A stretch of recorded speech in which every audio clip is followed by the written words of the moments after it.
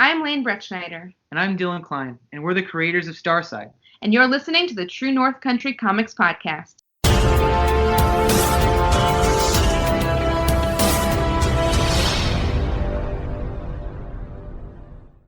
Welcome to a special edition of the True North Country Comics Podcast, dedicated to promote Canadian comic book creators and supporters. It's June 2nd, 2021. I'm John Swinimer. If you want to drop me a line, you can contact me at john@truenorthcountrycomics.com.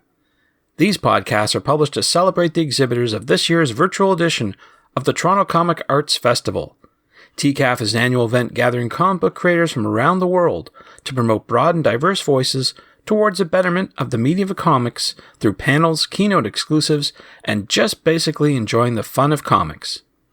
On this episode, I chat with writers Dylan Klein and Lane Brettschneider about Starside Comics at TCAF 2021. This podcast is available on Apple Podcasts and Google Podcasts. It's also available on the True North Country Comics channel on YouTube. I invite you to like and subscribe. Starside is described as a sci-fi fantasy series about timid 16-year-old Jack, who is ripped away from his ordinary life on Earth and taken deep into the universe where he discovers interplanetary slavers, a crusading army, and the origins of humanity. His efforts to survive in a strange and dangerous environment, Jack finds confidence and family in a band of misfits fighting to unite the broken universe, and discovers that humans are much more powerful than we ever imagined. And so, without further ado, here's my chat with writers Dylan Klein and Lane Brettschneider about Starside Comics at TCAF 2021.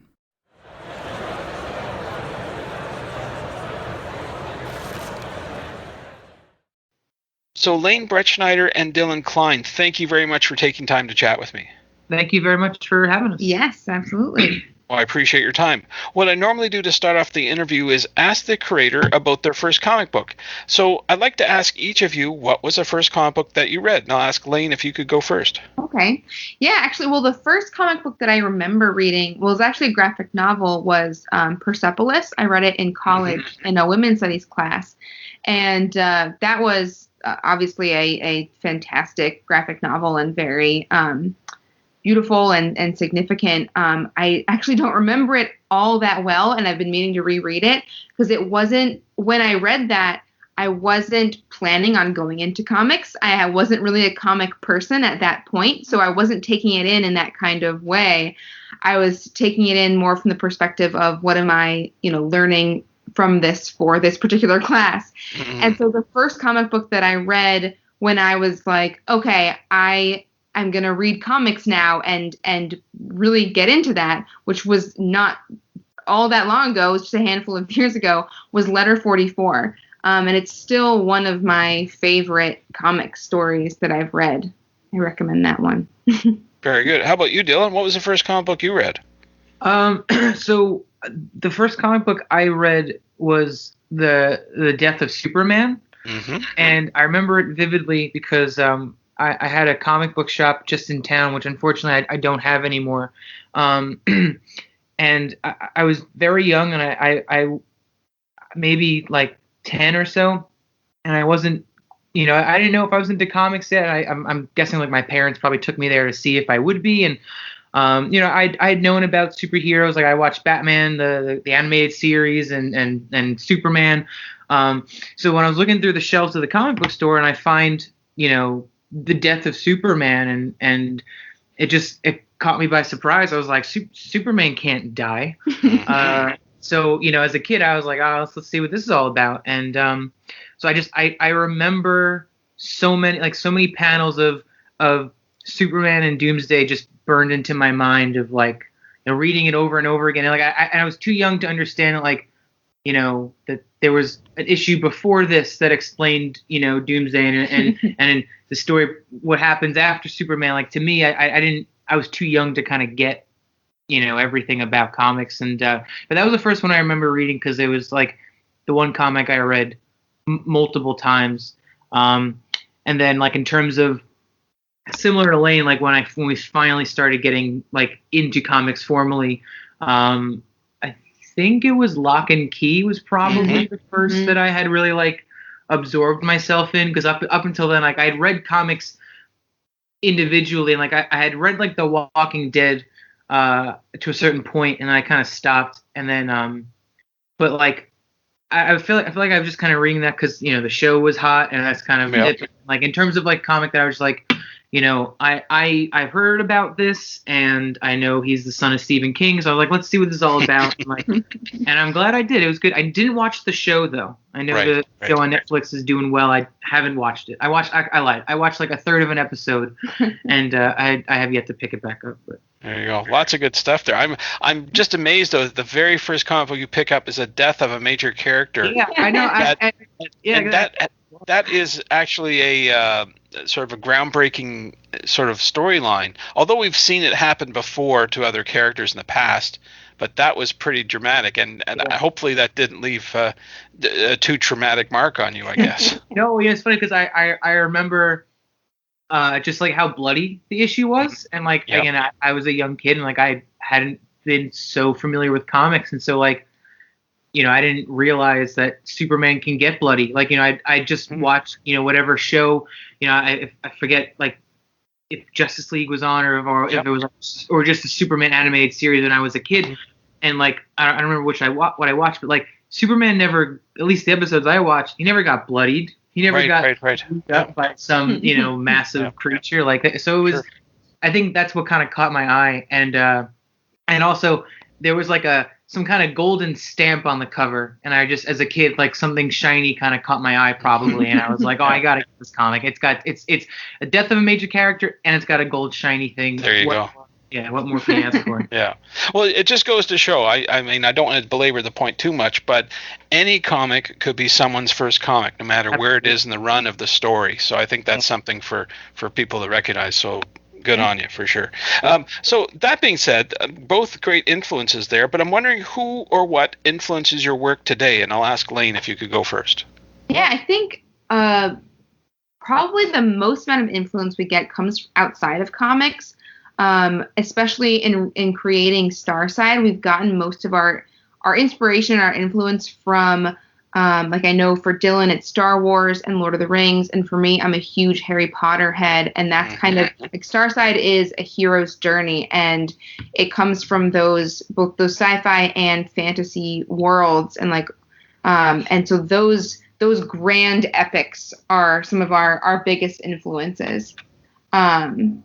But I was thinking about this earlier because I was actually listening to a couple of episodes of the podcast, and so it got me thinking, oh, what are some of our influences? And an author that we love right now is Jeff Lemire, and I think he's a big influence in the comics world in the way that he gets creative with how the story is told, and uses often it's with artists who aren't himself, but often uses like panel layouts that are out of the ordinary to tell a story in a really like visceral or emotional way. And I think that influences the way we like to try to push boundaries a little bit. Good stuff. How about you, Dylan? Who influences you today? No, actually, I definitely I second everything that Lane says. I'm also a big I'm a big gamer, and so there are a lot of games that I play that I whether it's stuff for Starside or like future ideas. There are a number of like games that really kind of resonate with me. And to add to comics, at some point in my comic reading career, I got back into The Walking Dead, and I really sort of I always felt like Robert Kirkman does a good job with like handling some of the smaller scale relationships and like the nitty gritty of like people interacting in a room together than he does with like some of the more larger sweeping things. And so that, and as well as Jeff Lemire too, him and his ability to sort of link characters when the story isn't at a peak. I think like those two writers, at least to me, because of my fairly limited comic palette, like I have a very specific like taste, and like it just so happens that like a handful of authors are the ones that kind of fall into that wheelhouse for me. But yeah, just anybody that's able to kind of make, when the story is at a low point, still make it interesting and engrossing. That's I think what kind of keeps me in the pocket of a lot of creators as well. You know, and even I'm no artist, but a lot of, you know, like I think Jeff Lemire's work is, because he also arts. Like I kind of go through moments where like I'm not sure if I like his art, but then there are some times where it's very unique. Yes. And like it's like you can tell he drew it by like the eyes almost. Yes. They're just I don't know. Just like stuff like that is really some of my influences. Sure. Are you looking forward to the Sweet Tooth TV series? We actually just began reading the series. I think you've read this. You finished the first one, right? Yeah, I finished. Yeah, so we finished like the first book, and I think in the compilation that we're reading it in, I think there are 3. I could be mistaken. Yeah, like we read 1 through 7. I think is the issues that we've read so far. Because that one's been on my list for a long time now. We finally got a big comic haul recently, and that was one of the ones. And so then, like right after we read it, we saw the news about the show. So excited to get caught up and then watch that. It should be cool. I feel like every time I finish a story, like a volume of a comic that like I know has been out and about, but I haven't yet read it. Once I finish it, I'll always Google to see if there's gonna be a series, because like I feel like chances are good there's gonna be a series in the work, or like it's either it's coming out or it's in the works or it's in you know, early planning stages. Like that just seems to be, not that there's anything wrong with that. There, you know, I love a good multimedia franchise. Sure, absolutely, something to look forward to for sure. So we're talking here into the context of the Toronto Comic Arts Festival, so I'm wondering if you have any past convention or festival moments, some favorite ones that you like to share. And I'll ask Lane if you could go first again. I think a favorite thing about conventions for us is being able to go back to one that we enjoyed and see people again who we saw the first time. That was probably one of our favorite things. Our very first convention we ever did was Rhode Island Comic Con, and that was great. We loved it. It was a great first experience. It was a really great convention, a really good size, and we got a fair amount of people at our table and joining the Starside universe. And I think that's the one of very few conventions we've had a chance to go back to. And that second year we did it, being able to see people who we met the first time around and talk with them and get them the next issue. And that it's just really special. Sure. How about you, Dylan? Any favorite moments? Yeah, so I absolutely second what Lane said. I think that was one of the things that I didn't think would happen, because you know, it's a full year since the previous one, and we'd only had one issue out at that time, and so you know, I didn't think anybody would care to, you know, seek us out purposefully, as opposed to just like spotting us at random. But actually, I did think of a moment before. We had this one guy at our second Rhode Island convention come up to us and essentially lecture us on how to tell a story. That's not a favorite. It's a favorite because of how surreal and crazy and silly it was. And that is a classic convention experience as well. The people who will come up and tell you how to do the thing that you're doing. Yeah. I mean, I understand not everyone's perfect at what they do, but like, I don't know. I feel like there's this sense of like respecting the person that, you know, you're talking to that's behind the table. But sure. It was, I wish I can kind of give more detail, but like he came up and he like one of the first thing, he picked up the comic and then like looked at us and went like, what, your main character, what does he want? What is he motivated by? And what does he do? Like he hit us with like 3 questions rapid fire. Like that was the first thing he said to us. And it was so bizarre, and I loved it. Well, that's good. There you go. So let's talk about what you exhibited at TCAF. Why don't you talk about the book and maybe the origins of the project as well? Absolutely, Dylan. Yeah, so we at TCAF we tabled virtually the first 4 issues of Starside, as well as a digital bundle of all of them. So the origin of the story is that I pretty much had this idea brewing for very many years, and I just casually told Lane about it, and she was like, all right, well, I think we have to make this a thing. That's that's the only thing we can do. And so there was a little bit of back on my end because I didn't think anything would come of it and all that. And then basically fast forward a couple of more months, maybe a year, and we got in touch with Lane's best friend's brother, Jordan. He's our artist, and we basically took him into the fold, and we explained to him our vision, our story, our the ideas and concepts, and he was on board. And a couple more years later, we have 4 issues so far, and issue 5 will probably come out. Yeah, fairly soon. And so Starside, because we haven't said what it is yet. Sorry. Right. Yeah. How would you explain it to someone if they came up to your table? We'd say Starside is a sci-fi fantasy series about 16-year-old Jack. He's this timid teenager going to his regular day of high school when aliens attack Earth and they start taking prisoners. And so Jack and a bunch of other people get taken deeper into the universe where there's this intergalactic war going on that we never knew existed and that Earth has been isolated from. And so Jack starts to unravel the mysteries of what this war is about and why Earth has been kept separate from it, and that humans might actually be the key to ending the war. So a lot of influence from Star Wars, and there's a little bit of magic and fantasy elements to it. That is Starside. Great. Sounds very intriguing, that's for sure. Well, I want to change topics just a wee bit and talk about your workflow, your creation process. You mentioned how you work together as writers with your artist. I'm wondering if you could talk how you go from the initial concept to the finished product.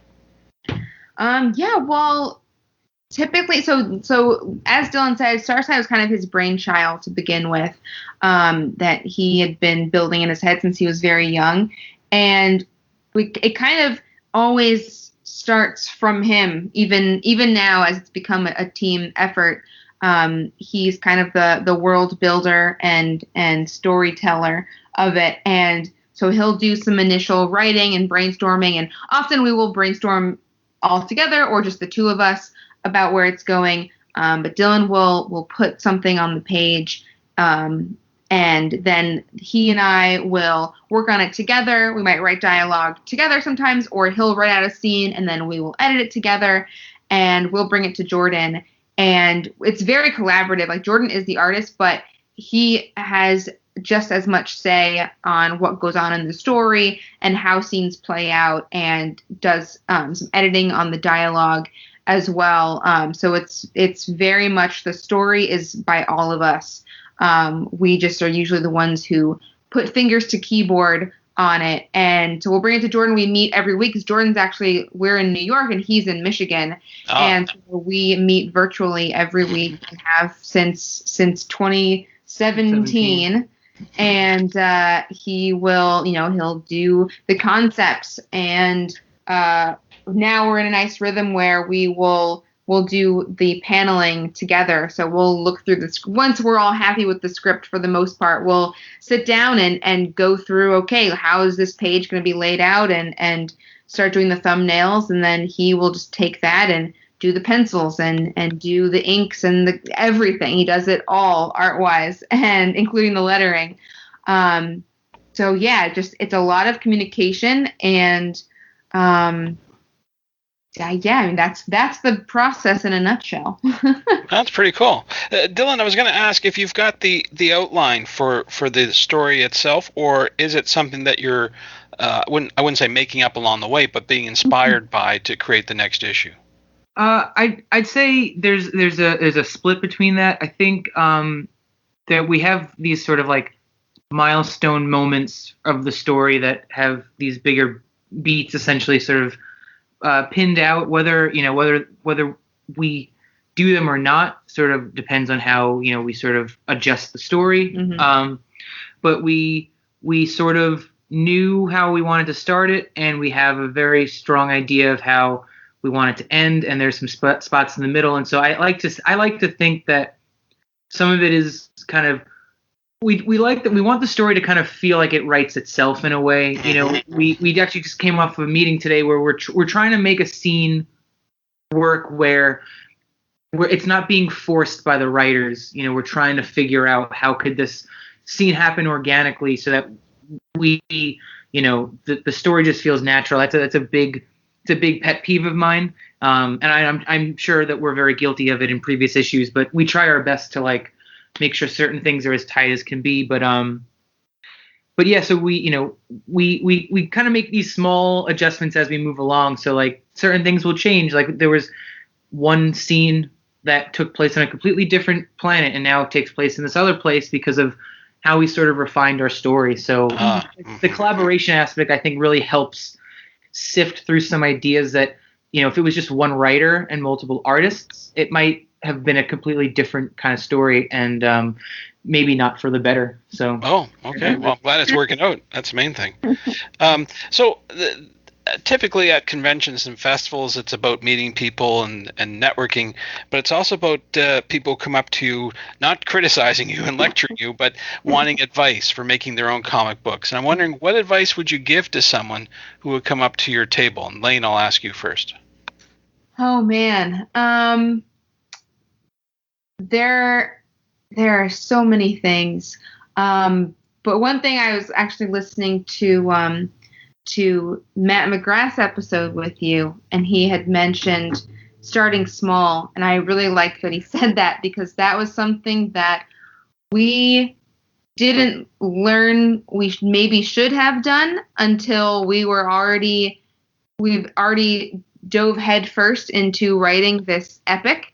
And so that is something that I would probably emphasize for someone who is just beginning and wants to build a potential career and success in comics, is to start with a short story, start, like Matt had said, looking for an anthology to contribute to, or just write, a one shot or a contained story, because as our experience now has told us that as first-timers writing comics, making a story that won't end for many, many years isn't necessarily what publishers are looking for.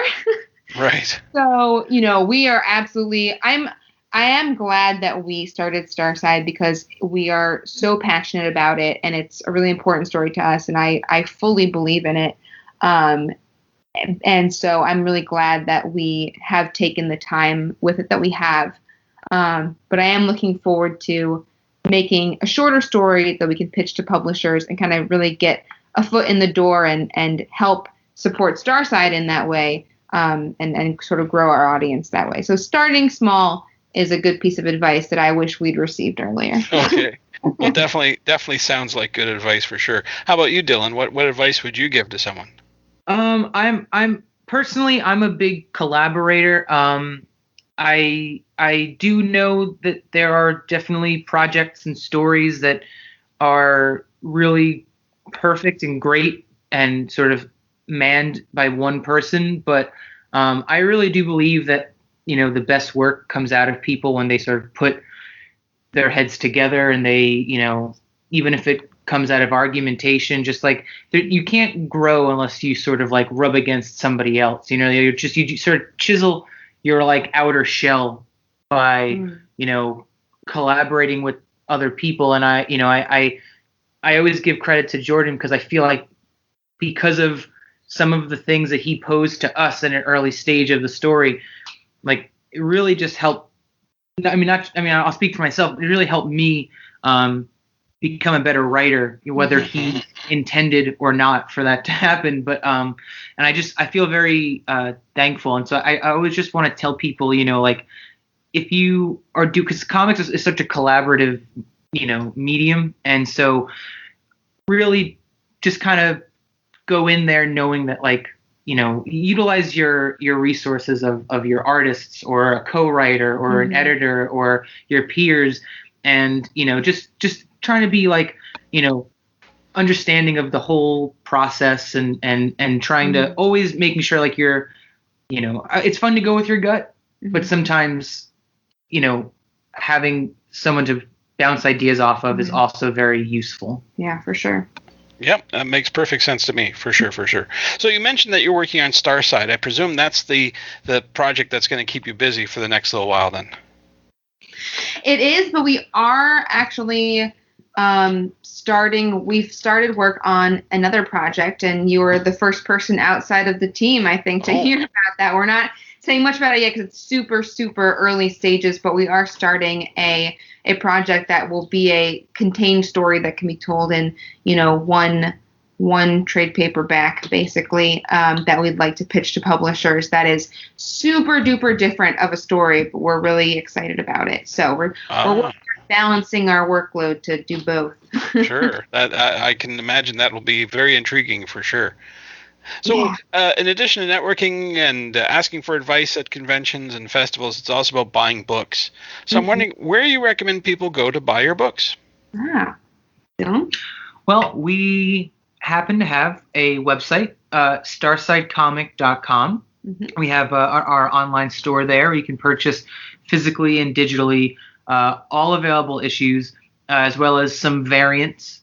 We have some variant covers for some of them that aren't sold out, and as well as some extra goodies that we have left over from past Kickstarters. So this previous one, we did a patch that's from a in-universe like shipbuilding company, and so it has unique characters and a language from Starside, and did it up on a patch, and we had it as a tier, and we had some extras, so we threw it up on the store. So you can go to starsidecomic.com. We are also available if you are more into subscription-based reading for comics. We're on a site called Global Comics, comics with an X, of course. Yeah, we just added Starside 1 through 4 on Global Comics. So if people have that is a place they can find it. Also, because we love to support local comic shops, we're trying to grow where Starside is available at comic stores.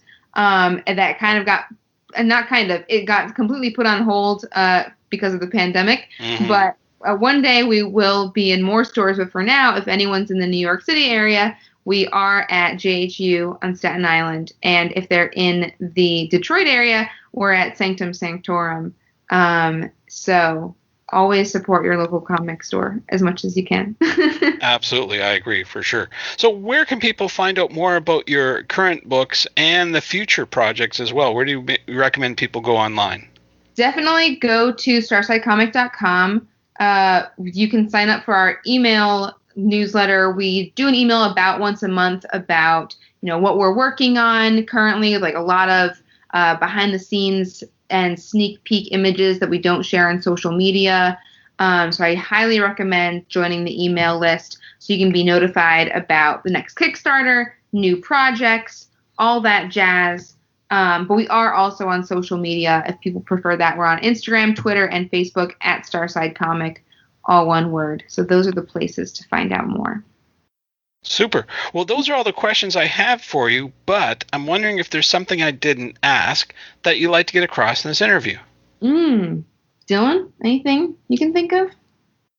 Kind of from the spot. No, I mean, I think, support local comic shops as much as you can, and I think. We love TCAF. I look forward to going to that event in person at some point in the future. It seemed like a really fantastic event, great group of people. It was the one virtual convention we've done, and I think it was great. They were really organized and wonderful people, and the people who visited the virtual table we did were great. So I really enjoyed that and look forward to doing it in person one day. Sorry, I totally interrupted you, Dylan. Oh, it's okay. And just support friends that are doing art and comics. They pour their hearts out into everything that they do, and that's yeah.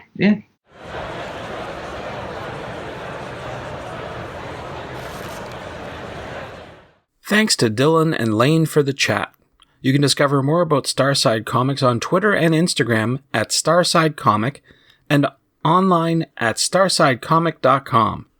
And thanks to you for listening to the True North Country Comics podcast. If you haven't done so already, Please subscribe to and like this podcast on Apple Podcasts. And please leave a good rating. Also check out the TrueNorthCountryComics.com website and follow along on Twitter at TrueNorthComics. True North Country Comics is now on YouTube. Please like and subscribe to that video channel. Please send your feedback to John at TrueNorthCountryComics.com. Thanks again for listening, and come back soon for another episode. Bye for now. True North Country Comics Podcast is copyright True North Country Comics, copyright 2021.